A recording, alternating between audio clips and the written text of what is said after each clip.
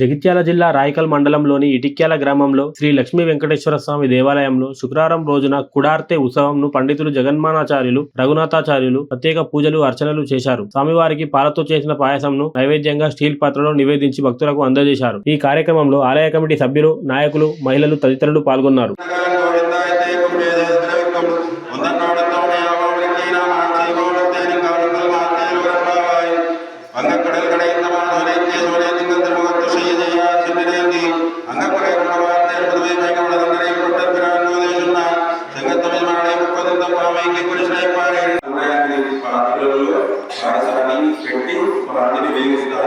మొక్కుకున్నాడు.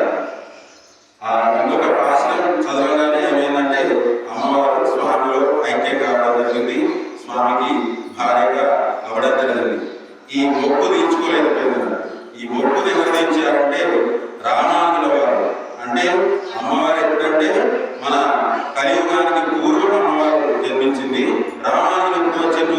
1200 సంవత్సరాలు, అంటే 12వ శతాబ్దానికి, మనం 21వ శతాబ్దం కదా. ఇప్పుడు ఆ 12వ శతాబ్దం అప్పుడు ఈ మొక్కును ఆ రామానుల వారు తీర్చడం జరిగింది.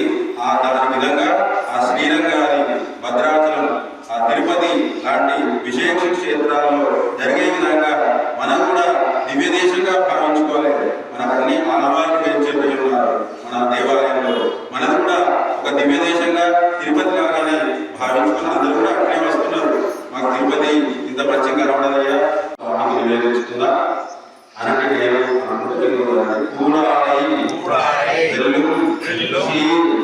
గోవింద నందనై పాడి వరేకొండు పెరుసన్మానం ఆడపుగసుమన్ పరిచిన అందాక చూడగమి తోడబడయే తోడే చెవిప్పూవే ఆడగమి ఎన్నడయ్య పల్కణం దామణివో ఆడై ఎడుకో ఆదం పిన్నే పాల్సోరు మూడ నెయ్యేది భుజింగే పజివాడ కూడి ఇருந்து ఉడిదే గోరింబాప కూడారే నుంచి గోవింద తందై పాడినే కుడియ ఆత్మజన్మ నాడు పుష్పములు నాకుగా చూడమే తోడే